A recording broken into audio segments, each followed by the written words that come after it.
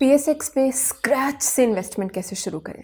तो last video में मैंने आपको बताया था कि कौन-कौन से एसेट क्लासेस एग्ज़िस्ट करते हैं और आज मैं आपको बताऊँगी पीएसएक्स में स्क्रैच से अपनी जर्नी को कैसे स्टार्ट कर सकते हैं। बट पहले थोड़ा-सा रिकैप कर लेते हैं। मैंने आपको बताया कि पीएसएक्स ऑन एवरेज पिछले 10 से 15 सालों में एनुअलाइज़्ड 18% रिटर्न देता रहा है। बट वो लोग अक्सर मिस आउट कर जाते हैं जो कि शॉर्ट टर्म होराइज़न के साथ आते हैं या फिर जैसे कि कोई क्रैश हो गया या वॉर हो गई या ऐसी कोई सिचुएशन आ गई तो उसमें पैनिक करके जल्दी से अपने स्टॉक्स बेच के निकल जाते हैं। अब गिवन दैट असाइड आप लॉन्ग टर्म के लिए रेडी हैं तो पीएसएक्स में एंटर कैसे हो?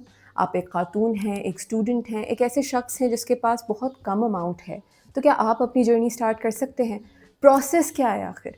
आज ये सारी चीज़ें और आपकी बिगेस्ट मिस्टेक्स कवर करूँगी। ये मेरा अपने लिए चैलेंज है कि विदिन 10 मिनट्स और मैक्सिमम 12 मिनट्स इस वीडियो को कैप करूँ ताकि इस 12 से 15 मिनट की वीडियो में आप वो सब सीख सकें जो आपको चाहिए to start your investment journey in stock market. Right, तो सबसे पहले शुरू करते हैं अकाउंट कैसे खोलना है। बहुत सिंपल है। सबसे पहले जाएं पीएसएक्स की वेबसाइट पे और सर्च करें टॉप 10 ब्रोकरेज। अब सबसे ज़्यादा ऑफ कोर्स अकाउंट्स इन्हीं ब्रोकर्स के साथ मौजूद हैं और मैं ये नहीं कह रही कि बाकी के ब्रोकर्स अच्छे नहीं हैं या उनमें फ्लॉज हैं, बट सेफ साइड क्योंकि आप अपनी जर्नी स्टार्ट कर रहे हैं, मैं ये रिकमेंड करूँगी कि आप इन टॉप 10 में से ही कुछ चूज़ करके अपनी जर्नी का आगाज़ करें। अब mostly I think 90% of the brokerages have established their apps, तो आप उनमें से किसी भी ब्रोकरेज की अगर आपने चॉइस कर ली है तो आप अपने फ़ोन में उसकी ऐप डाउनलोड कर सकते हैं। सो फॉर इंस्टेंस आपने चूज़ किया एकेडी को या आपने चूज़ किया मैं चेज़ सिक्योरिटीज़ के साथ जाना चाहता हूँ, मैं फाउंडेशन सिक्योरिटीज़ के साथ जाना चाहता हूँ, एक एक्स वाई ज़ी बहुत सारी ऑप्शंस मौजूद हैं, राइट? अब आप उसकी ऐप डाउनलोड करेंगे। ऐप में आपने सिंपल सा अपना एक साइन अप फॉर्म सबमिट करना है और आपका अकाउंट प्रोसेस हो जाएगा। साइन अप फॉर्म के लिए और स्टॉक मार्केट में अपना अकाउंट खोलने के लिए आपको क्या-क्या चाहिए? आपको सिर्फ अपना मोबाइल नंबर चाहिए, एक ईमेल एड्रेस चाहिए, एक बैंक अकाउंट चाहिए जो आपके नाम पर मौजूद हो और अगर आप 30 लाख से ज़्यादा रुपए इन्वेस्ट करना चाहते हैं तो फिर आपको अपना प्रूफ ऑफ इनकम भी सबमिट कराना पड़ेगा। जब आप ये सारा कुछ फॉर्म में लिख के अपना ईमेल एड्रेस, अपना सीएनआईसी की फ्रंट और बैक कॉपी वगैरह जमा करा देंगे तो आपकी बायोमेट्रिक वेरिफिकेशन होगी। सीडीसी से आपकी पर्सनल वेरिफिकेशन होगी कि क्या आप ही अकाउंट ओपन करना चाह रहे हैं and once that is done within 3 to 5 working days आपका अकाउंट ओपन हो जाएगा। It's as simple as that. अक्सर लोग मुझसे पूछते हैं कि अकाउंट की डिफरेंट टाइप्स आ रही हैं, कौन सी चूज करनी है। एक टाइप है जो बहुत सिंपल है, सहूलत अकाउंट, जिसमें आपको प्रूफ ऑफ इनकम नहीं चाहिए, आप 30 लाख से कम पैसे से स्टार्ट करना चाहते हैं, आप एक हाउस वाइफ हैं जिसको चाहिए आसानी घर बैठे वो अपनी सेविंग्स इन्वेस्ट करे, तो yes this is for you. और या फिर आप एक स्टूडेंट हैं, आपके पास कुछ गिनी चुनी पॉकेट मनी है, आप उससे शुरू करना चाहते हैं, again this is an option for you. But अगर आप एक सैलरी शख्स हैं, आपके पास ज़्यादा पैसे हैं और आपको लगता है आप बल्क में इन्वेस्ट करेंगे तो I think in the beginning ही आप शुरू कर सकते हैं एक नॉर्मल अकाउंट, नॉट जस्ट सहूलत अकाउंट। और उसके लिए थोड़ी सी और चीज़ें रिक्वायर्ड होंगी जैसे कि आपकी वेल्थ स्टेटमेंट, आपकी पे स्लिप, ये प्रूफ करने के लिए कि ये इनकम आपकी ही है, सो प्रूफ ऑफ इनकम आपको सबमिट करना पड़ेगा। वंस दैट इज डन तो सीडीसी के साथ भी आपका अकाउंट ओपन हो जाएगा। सीडीसी आम अल्फाज में अगर आपको एक्सप्लेन करूँ क्या चीज़ है तो आप ऐसे कह लें ये सेंट्रल डिपॉजिटरी है एक, जिसके पास आपके सारे अकाउंट्स जो स्टॉक्स में ऑपरेट करते हैं ना उनका डेटा मौजूद होगा। तो आप कह लें कि अगर आप 3 ब्रोकरेज के साथ अपने अकाउंट ओपन कर लेते हैं और एक में 10,000 रुपए हैं, एक में 15, एक में 16, वो सारे जमा करके 10, 15, 16,000 रुपए जितनी भी टोटल अमाउंट बनती है उसका सारा रिकॉर्ड कीपिंग जो है वो सीडीसी के पास मौजूद है। इस तरह आपके शेयर्स महफूज हैं, आपको ये खतरा लाहक नहीं है कि मेरे पैसे गायब हो जाएंगे, नहीं, सीडीसी के पास सारा रिकॉर्ड मौजूद है, आपका कहाँ कितना स्टॉक है, कितना इक्विटी में आपका शेयर है, सेफ्टी और सेंस ऑफ सिक्योरिटी आपके पास है because of CDC. By the way वो जो फॉर्म मैंने आपको बताया जो आप फिल करके सबमिट करेंगे उसको लोग केवाईसी कहते हैं और लोग बड़े कंफ्यूज हो जाते हैं, वाओ केवाईसी क्या फिल करना है? एज सिंपल एज दैट, जो बेसिक चीजें मैंने आपको बताई हैं आपने सिर्फ वही सबमिट करनी है। इसके अलावा एक और एंटिटी है जिसका आपको बहुत जरूरी है पता हो, वो है एनसीसीपीएल, विच बेसिकली इज, जिसको मैं आसान तरीके से एक्सप्लेन करूँ तो एक रेफरी की मानंद है जो आपकी सारी ट्रेड्स और आपकी सारी जो एग्जीक्यूशन हो रही है ना मार्केट में उसको सेटल करता है। अगर आज मैंने एक स्टॉक खरीदा एंग्रो फर्टिलाइजर का तो वो स्टॉक की मैंने क्या प्राइस पे की, उसमें से कितना कमीशन कहाँ गया, उसके ऊपर कितना टैक्स मुझे लगेगा, ये सब कुछ जो है वो एक रेफरी कर रहा है, वो है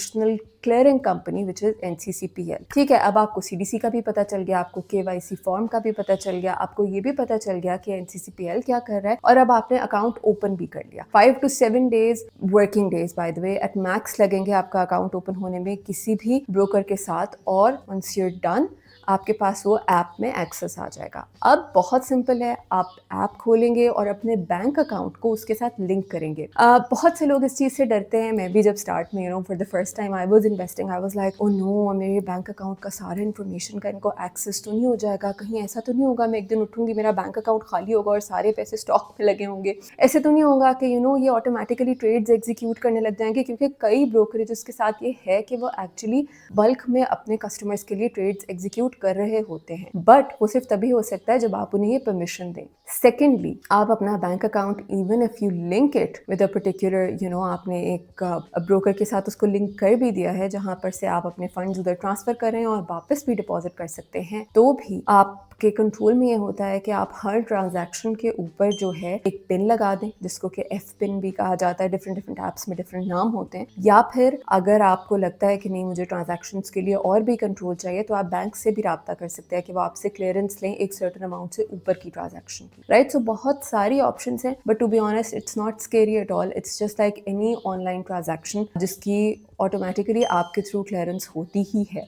ये खौफ, ये डर, ऑफ कोर्स हैकिंग असाइड, वो तो एक ऐसा खतरा है जो सबको लाहक है, आप अपना बैंक अकाउंट इसके साथ इजीली लिंक कर सकते हैं। अब आप कहेंगे अनम, मैंने ब्रोकर भी चूज कर लिया, टॉप 10 फर्म्स में से मैंने 2-3 ब्रोकरेजेस के साथ अकाउंट भी बना लिया। अब एक बहुत ज़रूरी चीज़ है जो कि बहुत हेल्पफुल चीज़ है, वो ये है कि आपने 2-3 ब्रोकरेजेस, फॉर इंस्टेंस आपने 3 के साथ अकाउंट बनाया या 2 के साथ अकाउंट बनाया, आपके पास उन दोनों के स्केड्यूल ऑफ चार्जेस आएंगे। नहीं है तो आई रिकमेंड कि आप उनकी हेल्पलाइन पे कॉल करें और उनसे कहें आपके स्केड्यूल ऑफ चार्जेस क्या है। Once you have that schedule of charges, आप कंपेयर करें कि फॉर इंस्टेंस मैं एक ट्रेड अगर फिनकलाब पे करती हूँ और एक ट्रेड अगर फाउंडेशन सिक्योरिटीज पे करती हूँ और एक ट्रेड अगर के ट्रेड पे करती हूँ, तो तीनों में से कौन मुझसे ज़्यादा इस ट्रेड के एग्जीक्यूशन के पैसे चार्ज करता है, कौन मुझसे मेंटेनेंस फी ज़्यादा चार्ज कर रहा है, और टोटल एक्सपेंसेस किसके ज़्यादा हैं। अब आप इस पोजिशन में कि आप चूज़ कर सके कि जहाँ पे भी आपको एक्सपेंसेस कम लगें और ईज ऑफ ट्रांजैक्शन भी नज़र आए, हेल्पलाइन भी अच्छी लगे, ये तीनों चीज़ें माइंड में रख के आप वो वाला ब्रोकर चूज कर लें for the bulk of your money, right. आप बाकी के अकाउंट्स भी ओपन रख सकते हैं फॉर अदर पर्पसेस के, मे बी किसी ऐप के एनालिटिक्स बहुत अच्छे हैं तो आप उसको उसके लिए इस्तेमाल करें, बट अगेन डू रिमेंबर कि स्केड्यूल ऑफ चार्जेस जो हैं अक्सर मिस आउट हो जाते हैं, हमें पता ही नहीं चलता, हम अक्सर ट्रेड करते रहते हैं, हमें लगता है कि बस हमने जितने पे ट्रेड लगाई उतने पे ही हो रही है, हमसे कुछ एक्स्ट्रा चार्ज नहीं हो रहा, मगर साल के एंड में हम देखते हैं तो कुछ ना कुछ पैसे कटे होते हैं और हमें समझ नहीं आ रहा होता कि ये कहाँ गए लेजर में से पैसे। तो मैं आपको एज अ बिगिनर बता रही हूँ, चाहे आप सहूलत अकाउंट खोल रहे हो, चाहे आप स्टूडेंट हो, आप जो भी हो, बहुत ज़रूरी है कि आप ये स्केड्यूल ऑफ चार्जेस ज़रूर कंपेयर करें। नेक्स्ट चीज़ ये है कि फॉर इंस्टेंस अब आपने अकाउंट ओपन कर लिया, आपने अब अपना स्केड्यूल ऑफ चार्जेस कंपेयर करके आपने सोचा कि ना मेरे पास 10,000 रुपये हैं या 10 लाख रुपए हैं, और मैंने डिसाइड कर लिया कि मैं इस पर्टिकुलर ब्रोकर के साथ ही अब अपना ट्रेड्स एग्जीक्यूट करना चाहती हूँ, इन्वेस्टमेंट लॉन्ग टर्म करना चाहती हूँ, ठीक है। अब आप उसमें पैसे डालना शुरू करेंगे और बहुत ईजी ये होगा कि आप जाएंगे उसमें, फॉर इंस्टेंस आप देखना चाहते हैं कि आप एंग्रोफर्ट में इन्वेस्ट करना चाहते हैं, आप एंग्रोफर्ट की प्राइस देखेंगे और आप प्राइस को लॉक कर सकते हैं, आप उसको लिमिट भी कर सकते हैं कि मेरी ट्रेड सिर्फ तभी एग्जीक्यूट हो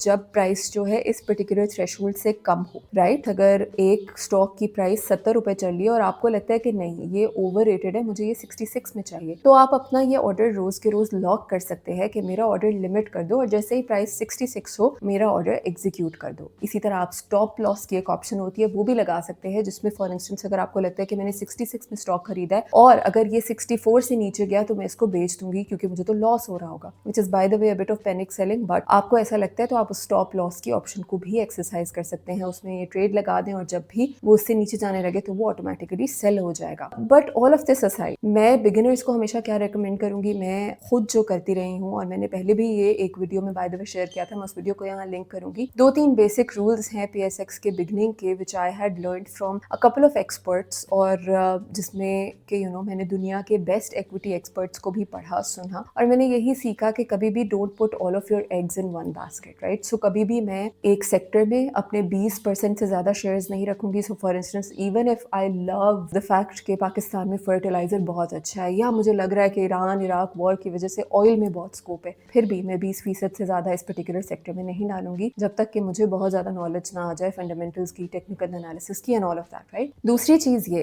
कि मैं एक पर्टिकुलर कंपनी में अपने टोटल अमाउंट के 5% से ज़्यादा इन्वेस्ट नहीं करूँगी। वाई?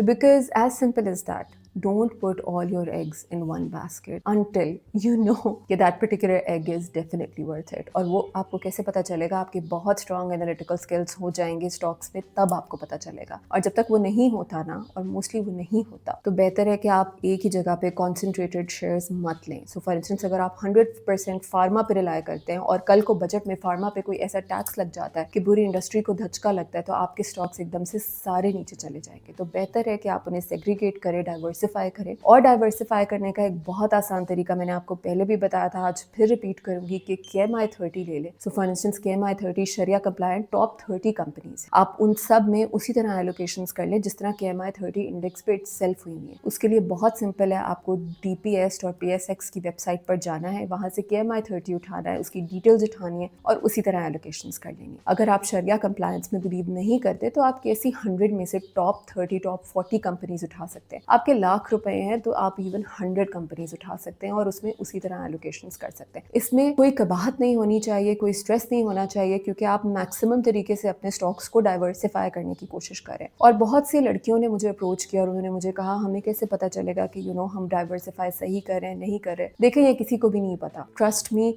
ये दुनिया के बेस्ट इन्वेस्टर्स को भी उतना 100% कॉन्फिडेंस से नहीं पता होता कि वो इस वक्त अपने ऑप्टिमल लेवल ऑफ डाइवर्सिफिकेशन पर हैं। All that we can do, जो मैं कर सकती हूँ, आप कर सकते हैं, वो यही है कि हम अपना बेस्ट ट्राई करें और वही हम करेंगे। और उसके लिए हम यहाँ से टॉप 30 टॉप 40 कंपनीज उठाएंगे, राइट? अब आपने ये भी कर लिया, आपने अपने स्टॉक्स भी उठा लिया, अब आपने ये भी देख लिया कि अब आपके चार्जेस कितने कट रहे हैं, आपने अपना कस्टमर फॉर्म भी फिल कर लिया, everything is done, now you have invested as well. अब एक मिस्टेक जो आपने अवॉइड करनी है वो ये है कि आपने पैनिक सेलिंग, बार बार अपना अकाउंट खोल के चेक करना, बार बार लोगों को बताना कि मैंने इतना डाइवर्सिफाई कर लिया, मैं ये भी कर लूँ वो भी कर लूँ, नहीं करना, जो कि मैं पर्सनली बिलीव करती हूँ नहीं करना चाहिए। अगेन, ये एजुकेशनल पर्पसेस के लिए है, मैं आपको फोर्स नहीं कर सकती कि आप कुछ करें, मैं सिर्फ आपको गाइड कर सकती हूँ based on my experience, based on what I have learned for your education, right? Financial literacy इसी का ही नाम है कि आप सीखें, समझें और फिर खुद सोच के अपने सोच के मुताबिक डिसीजंस लें, राइट? सो आपने इस तरह इन्वेस्ट कर लिया, अब आपका एक पोर्टफोलियो बिल्ड हो गया, राइट? जिसमें फॉर इंस्टेंस 10% फार्मा है, 10% ऑयल एंड गैस है, 10% IT है, 10% आपने फूड में इन्वेस्ट किया हुआ है जो कि FMCG है, 10% आप कहते हैं कि नहीं ना, मुझे ये पर्टिकुलर एक नया सेक्टर आ रहा था, या मुझे लगता है कि विद इन ऑयल जो है मे बी OMP में इतना स्कोप नहीं है, ऑयल एंड एक्सप्लोरेशन में स्कोप है। अब आपने खान अकेडमी से फाइनेंशियल लिटरेसी के कोर्सेज करना शुरू कर दिया, आपने वॉरेन बफे की बुक पढ़ना शुरू कर दी, आपने सोचना शुरू कर दिया कि इन्वेस्टमेंट 101 के ऊपर मैं थोड़ा स्टडी करता हूँ, मैं फंडामेंटल कैश फ्लोज ये वो निकाल के देता हूँ। अब वो स्टेप आ गया है कि अब आपका एक पोर्टफोलियो बिल्ड हुआ है, आप उसको ओवर टाइम ग्रो होता हुआ देख सकते हैं।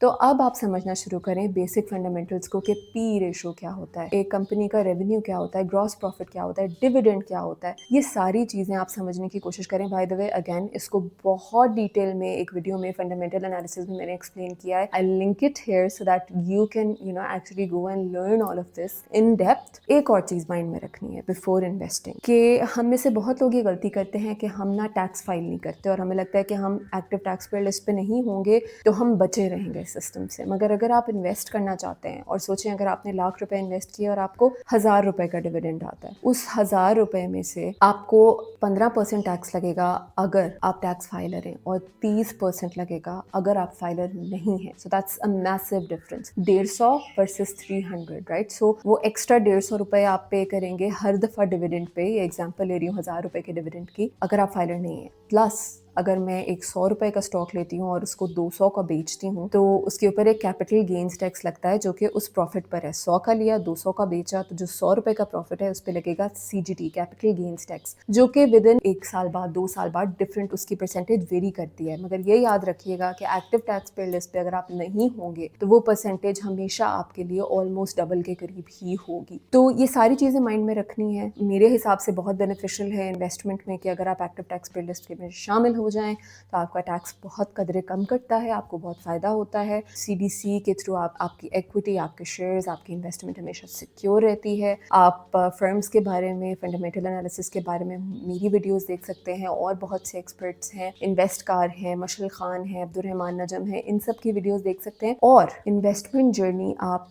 1000 रुपये से, लाख रुपए से, 5000 से, 2000 से, इन सब अमाउंट से स्टार्ट कर सकते हैं। तो you don't need millions to start this journey. But ये याद रखिएगा कि अगेन आपकी नीयत ये होनी चाहिए कि आप अच्छे तरीके से रिटर्न्स कमाना चाहते हैं और अपना होराइजन क्लियर रखना है। शॉर्ट टर्म में स्टॉक मार्केट से बहुत प्रॉफिट मेकिंग हो सकती है, मैं ये नहीं कहती नहीं हो सकती, बट वो उन्हीं के लिए है जो इसमें एक्सपर्ट्स हैं, राइट। और अगर आप एक्सपर्ट नहीं हैं तो और आप ये सोच के आ रहे हैं कि मैं रातों रात मिलियनियर बन जाऊंगा, तो आप पिछले 10-15 सालों की एवरेज निकाल लें। साल का 18% ही एनुअल रहा है, किसी साल में भी बहुत ऊपर गया था तो किसी साल नीचे भी गया था। तो लॉन्ग टर्म होराइजन में तो आपको फ़ायदा ही फ़ायदा है, बट शॉर्ट टर्म में रिस्क है। So you have to be cognizant of that कि यस इट्स हाई रिस्क, तभी इसको हाई रिस्क मार्केट कहते हैं। लॉन्ग टर्म में इसका रिस्क मे बी वो थोड़ा फ्लैटन हो जाता है, अगर आप देखें ओवरऑल एक ट्रेजेक्ट्री ग्रोथ की आती है, बट वो लॉन्ग टर्म है, राइट। सो ये सारी चीज़ें माइंड में रखनी है। अगेन बहुत हाई डिमांड थी इस वीडियो की, how to start investing in stock market from scratch, मैंने आज आपको बता दिया। और अगेन इसी की एक सब्सिक्वेंट वीडियो बनाऊंगी जिसमें मैं आपको बताऊंगी कि मैं कैसे चूज़ करती हूँ कि मैंने कौन सा स्टॉक लेना है। इंशाल्लाह keep in touch and tell me in comments आप क्या चाहते हैं, किस टाइप की वीडियोस बनाऊं, and share it with your friends, subscribe to this channel, and thank you so much, take care जी, अल्लाह हाफिज़।